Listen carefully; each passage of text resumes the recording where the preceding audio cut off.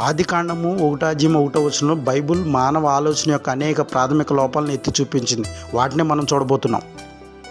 ఈ వచనము నాస్తికత్వాన్ని నిరాకరిస్తుంది, ఎందుకంటే ఈ వచనము దేవుడు ఉన్నాడని పేర్కొంది.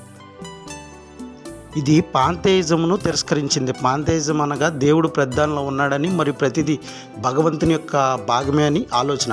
ఎందుకంటే దేవుడు సృష్టికర్త అని, అతను సృష్టించిన దాని నుండి భిన్నంగా ఉంటాడన్నది నిజము.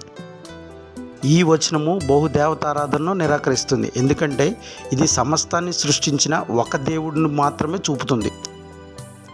ఇది మానవతావాదాన్ని నిరాకరిస్తుంది, ఎందుకంటే దేవుడు మనిషి కాదు అని చూపిస్తుంది. దేవుడు విశ్వంలో అత్యధిక తెలివితేటలు మరియు శక్తి కలిగిన వాడు. ఇది పరిణామాన్ని ఖండించింది, ఎందుకంటే దేవుడు అన్నిటినీ సృష్టించాడు అనేది వాస్తవం.